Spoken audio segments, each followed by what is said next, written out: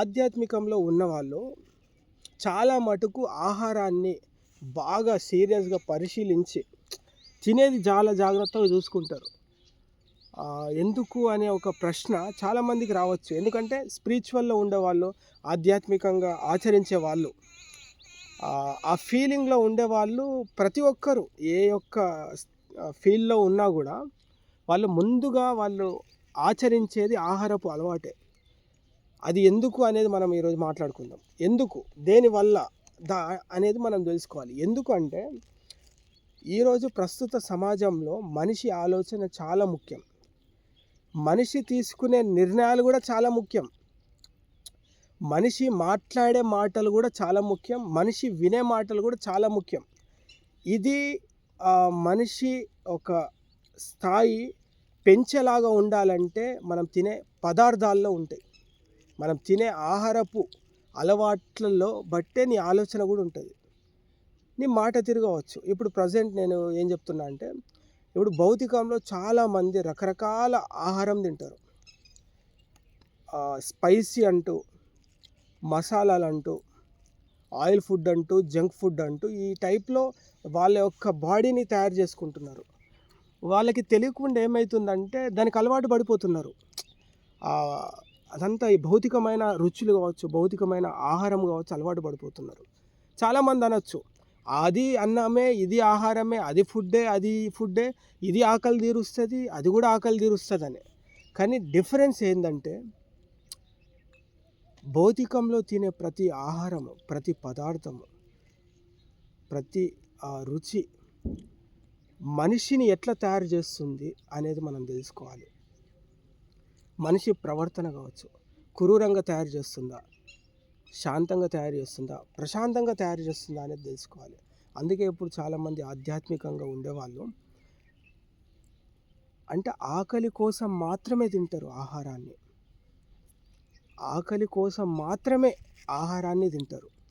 అదే భౌతికంలో రుచి కోసం తింటారు ఆహారాన్ని. అందుకే భౌతికంలో బతికే ప్రతి ఒక్కళ్ళకి రకరకాల సమస్యలు ఉంటాయి. చెప్తే వినే స్థితిలో ఉండరు. మాట్లాడితే కనీసం వినే స్టేజ్లో ఉండరు. అర్థమవుతుందా? కానీ వినే స్టేజ్లో ఉండరు. అర్థమవుతుందా? సో ఇక్కడ మనం తెలుసుకోవాల్సింది ఏంటంటే చాలామంది గురువులు కావచ్చు, గొప్ప గొప్ప పండితులు, గొప్ప గొప్ప వాళ్ళు ఎందుకు చెప్తారంటే సాత్విక ఆహారాన్ని తీసుకో, భగవంతుడికి నైవేద్యం పెట్టి తీసుకో అని చెప్తారు. దానికి సైంటిఫిక్గా పెద్దగా ఆలోచించాల్సిన పని లేదు ఇక్కడ. జస్ట్ నీ మనస్సు, నువ్వు తినే పదార్థం, నీ భావం ఎట్లా ఉందనేది చూసుకోవాలి. ఇప్పుడు ఫర్ ఎగ్జాంపుల్ మనసులో విషం పెట్టుకున్నావు, రకరకాల కోరికలు పెట్టుకున్నావు, రకరకాల మాటలు పెట్టుకున్నావు, వాదనలు పెట్టుకున్నావు. అదే ఆలోచనతో నువ్వు ఎంత అద్భుతమైన పదార్థాన్ని నువ్వు ఎంత తయారు చేసినా నీ భావం అందులో కలుస్తుందనే విషయాలు మనం తెలుసుకోవాలి. ఇప్పుడు ఫర్ ఎగ్జాంపుల్ ఒక మంచి స్వీట్ చేసినావు, ఆ స్వీట్ చేసే ప్రాసెస్లో నీ మనసులో ఏదో ఆలోచనలు పెట్టుకున్నావు, దురుద్దేశం పెట్టుకున్నావు, ఏదో ఒక సమస్య గురించి నీ మనసులో పెట్టుకొని అంత అద్భుతమైన స్వీట్ కూడా నువ్వు తిన్నా అది నీ భావాన్ని క్రియేట్ చేస్తుంది అనేది గుర్తుపెట్టుకోవాలి. సో అందుకే ఆధ్యాత్మికంగా భక్తి మార్గంలో ఉండేవాళ్ళు ఏం చెప్తారంటే, నువ్వు తినే పదార్థం కావచ్చు, నువ్వు తినే ఆహారం కావచ్చు, నువ్వు చేస్తున్న వంటలు కావచ్చు, అది నువ్వు ఏ భావంతో చేస్తున్నావు అదే భావం నీ శరీరం అలవాటు చేసుకుంటుంది. అది నీ శరీరం అలవాటు చేసుకున్న తర్వాత అదేలాగా నీ ఆలోచనలు మారుతాయి, నీ మాట తీరు మారుతుంది, వినే స్థితి మారుతుంది, తీసుకునే నిర్ణయాలు మారుతుంది. ఏది నువ్వు పంపిస్తున్నావు, ఏ భావంతో నీ శరీరానికి పంపిస్తున్నావు అనే దాన్ని బట్టే నీ యొక్క పర్సనాలిటీ డెవలప్ అవుతుంది, నీ యొక్క పర్సనాలిటీ తయారవుతుంది. అది మనం తెలుసుకోవాలి. అంటే ఏ దేవుడు అనేది కాదు, ఎక్కడైనా నీ భావంతో పెట్టేసుకో, నీ భావం చూసుకో, నువ్వు తినే పదార్థం నువ్వు ఎలా ఆలోచించి దాన్ని తయారు చేసుకుంటున్నావు అనేది చాలా మంచిగా చూసుకోవాలి. ఎందుకంటే ఈ రోజున చాలామంది ఎట్లా ఆలోచిస్తున్నారంటే రుచులకు అలవాటు పడిపోయిండు. రుచులకి ఈ రుచి ఆ రుచి ఆ రుచి ఏదో రుచి అన్నట్టుగా తెలియకుండా మనిషి లోపల శరీరం లోపల ఎలాంటి పదార్థం పంపిస్తున్నాం అనేది కూడా చూసుకోలేని దుస్థితిలో చాలామంది ఈరోజు ప్రస్తుత సమాజంలో ఉన్నారు. ఫర్ ఎగ్జాంపుల్, ఇప్పుడు ఒక బైక్కి ఎలాంటి ఇంజన్ ఆయిల్ పోయాలి, ఎలాంటి సర్వీసింగ్ ఇవ్వాలి అనేది మనం చూస్తాం. అది ఆ యొక్క సర్వీస్లో అదే మన యొక్క బైక్లో ఏదో రకమైన పెట్రోల్ కావచ్చు, వేరే లాంటి వస్తువులు పోస్తే అది బైక్ పాడైపోతుంది. మనం వాడే వస్తువులలోనే ఏది వాడాలి, దేనికి ఏది వాడాలి, ఏది వాడకూడదో తెలుసు. అలాంటిది మన శరీరంలో ఏది పడితే అది నువ్వు పంపిస్తే నీ శరీరం ఎట్లా తయారవుతుంది? ఇప్పుడు ఈ వస్తువుల్ని ఇలానే డీల్ చేయాలి, ఈ వస్తువుని ఇలానే హ్యాండిల్ చేయాలి అని మనకు తెలుసు కదా. అలాంటిది ఇంత పవిత్రమైన దేహమే దేవాలయం అని నమ్మే ప్రతి ఒక్కరూ దాని లోపలికి ఎలా పంపిస్తున్నాం, ఎలాంటివి పంపిస్తున్నాం అనేది మనం ఎలా చూసుకోకుంటే అది మన కర్మ అని మనం అనుకోవచ్చు. ఇది ఎవరు చెప్పట్లేరని కాదు, చెప్పేవాళ్ళు ఉన్నారు. కానీ మన చూపంతా వేరే సైడ్ పెడుతున్నాం, ఎక్కడో పెట్టేస్తున్నాం. ఈ రంగురంగుల ప్రపంచంలో పెట్టేస్తున్నాం. రంగురంగుల మాటలు మాట్లాడే మనుషులతోటి సమయాన్ని గడుపుతున్నాం. రుచిని కలిగించే భావంతో ఆహారం తింటున్నాం. ఎట్లా పడితే అట్లా సాంగత్యంలో మన అలవాట్లను తయారు చేసుకుంటే నీ శరీరం నీ మాట ఎట్లా వింటుంది, నీ మనసు నీ మాట ఎట్లా వింటుంది, నీ ఆలోచన నువ్వు అనుకున్న దిశలో ఎందుకు ప్రయాణం వెళ్తుంది? ఇవన్నీ మనం చూసుకోవాలి. ఎందుకంటే మనిషికి చాలా ముఖ్యమైన స్థితి ఏంటంటే తినే పదార్థం. దాన్ని బట్టే శరీరం తయారవుతుంది. ఏది పంపిస్తే అదే బయటకు వస్తుంది. ఏది పంపిస్తున్నావో నువ్వు చూసుకోకపోతే నువ్వు ఎట్లా తయారవుతావో కూడా నీకు అర్థం కాని స్థితిలో ఉంటావు. అందుకే చాలామంది గుర్తుపెట్టుకోవాల్సిన జీవితం ఏంటంటే, మన సాత్విక జీవితంలో, మన ఆధ్యాత్మిక ప్రపంచంలో, మనం బతికే తీరులో ప్రతీది మనం చూసుకోవాలి, ప్రతీది మనం పరిశీలించాలి, ప్రతీది మనం తెలుసుకోవాలి. తెలియకపోతే తెలుసుకొని ఆచరించాలి, తెలిసిన తర్వాత దాన్ని ఆచరణలో పెట్టాలి. తెలియకపోతే నేర్చుకోవాలి. ఎందుకంటే ఆరోగ్యమే ఆస్తి. ఆరోగ్యం బాగలేకపోతే ఎంత ఆస్తి ఉన్నా ఏం లాభం? ఆరోగ్యాన్ని కాపాడుకోవడము చాలా ముఖ్యం ఈ రోజుల్లో. ఎందుకంటే నీ ఆరోగ్యము నీ కంట్రోల్లో లేకపోతే నువ్వు అందరి కంట్రోల్లో ఉండాల్సి వస్తుంది, అందరి మీద ఆధారపడాల్సి వస్తుంది. అక్కడి నుంచి అనేక సమస్యలు జీవితంలో చూడాల్సి వస్తుంది. ప్రకృతి కూడా చాలా అద్భుతంగా చెప్తున్న విషయాలు మనం నేర్చుకోవాలి. ఆకలి కోసమే ఆహారం తీసుకుంటే ఆరోగ్యంగా ఉండొచ్చు.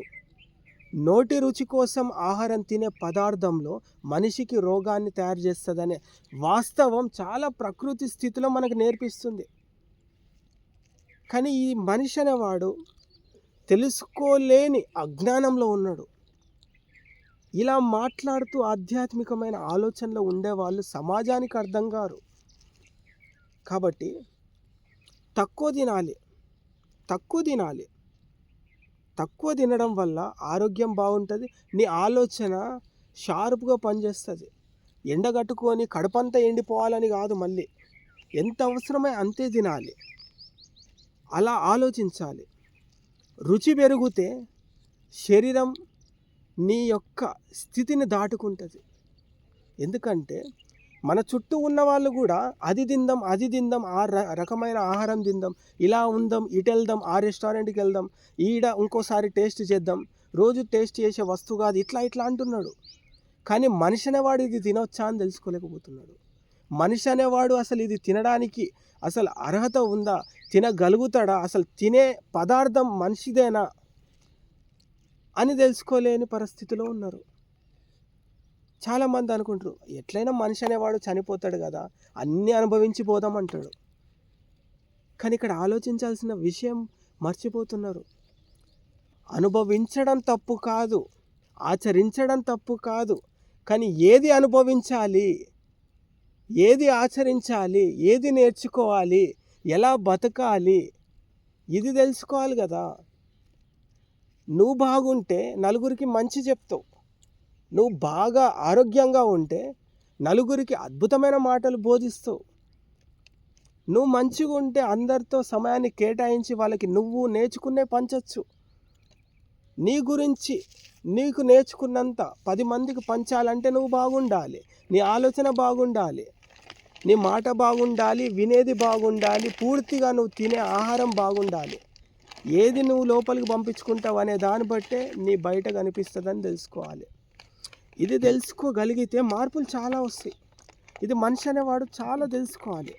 ఏ భావంతో తింటున్నాడు, ఏ భావంతో ఆ పదార్థాన్ని తయారు చేస్తున్నాడు, ఏ భావంతో మనిషి భోజనాన్ని తింటున్నాడు, ఏ సాంగత్యంలో కూర్చొని ఏది ఆలోచిస్తూ తను శరీరం లోపలికి పంపిస్తున్నాడు అనేది తెలుసుకుంటే చాలా సమస్యలు మనిషికి దూరంగా పరిగెత్తుకుంటూ వెళ్ళిపోతాయి. మనిషి కొని తెచ్చుకునే సమస్యలు ఎక్కువ ఉంటాయి, అతికించుకున్న సమస్యలు ఎక్కువ ఉంటాయి, అవసరం లేని సమస్యలు ఉంటాయి. ఇవన్నిటికీ మూలం చాలా ఉంటాయి. అది మనిషి ఈరోజు అద్భుతమైన రంగురంగుల ప్రపంచమైన మాయా మనుషుల మధ్యలో ఇది తెలుసుకోలేని దీనస్థితిలో ఉండడం తెలుసుకోవచ్చు. కాబట్టి ఒకసారి మనలో మనం ఆలోచిస్తే, భౌతికంలో ఆధ్యాత్మికంలో ఉన్న తేడాని గమనిస్తే ప్రకృతి యొక్క ప్రశాంతతని ఆస్వాదించవచ్చు. అది చాలా తక్కువ మంది అనుభవిస్తున్నారని నేను గమనిస్తున్నా. చాలా తక్కువ మంది ఆస్వాదిస్తున్నారని మనం తెలుసుకోవాలి. ఈరోజు ప్రతి ఒక్కరు ప్రశాంతంగా ఉండడానికి కోరుకోవడంలో తప్పు లేదు కదా. ఆ ప్రశాంతతని ఎవరైతే ఆస్వాదిస్తారో, ఆ ప్రశాంతతమైన జీవితాన్ని ఎవరు సంపాదించుకుంటారు? ఇక్కడ అందరికీ చాలా ఫ్రీనే కదా, కానీ ఆలోచించట్లేడు, ఆచరిస్తలేడు, అనుభవిస్తలేడు. ఎందుకంటే మాయా అనే ఒక ప్రపంచంలో మనిషి బందీ అయిపోయాడు. మాయా ప్రపంచంలో బందీ అయిపోయాడు. అద్భుతమైన సృష్టిని ఆస్వాదించడం మర్చిపోతున్నాడు. ఇది తెలుసుకోలేని దుస్థితిలో చాలామంది ఉన్నారు. సో ఇవన్నీ మనం తెలుసుకోవాలంటే కొన్ని నేర్చుకోవాలి, కొన్ని తెలుసుకోవాలి, కొన్ని విషయాలు వినాలి, కొంత ఆచరించాలి. చాలా మటుకు ఇవన్నీ మనము గమనించాలి. మారుతున్న ప్రతీది మనం గమనిస్తే చాలా మార్పు వస్తుంది, కానీ మనం గమనించట్లేము.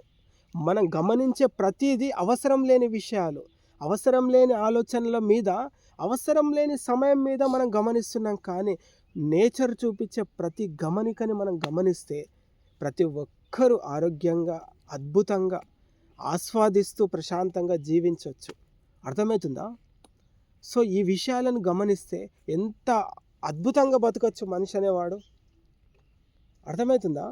సో ఇది మనము కొంచెం ఆలోచిస్తే ఎంత బాగా అనిపిస్తుంది. ఆలోచిస్తేనే ఇంత బాగా అనిపిస్తే ఆచరిస్తే ఇంకెంత బాగుంటుంది. ఏమంటావు? అర్థమవుతుంది కదా. ఇక మనము ఈ విషయం గురించి తర్వాత ఇంకా కొన్ని విషయాలు మాట్లాడుకోవచ్చు. తర్వాత ఫస్ట్ అయితే ఇది మాట్లాడిన తర్వాత ఇంకా తర్వాత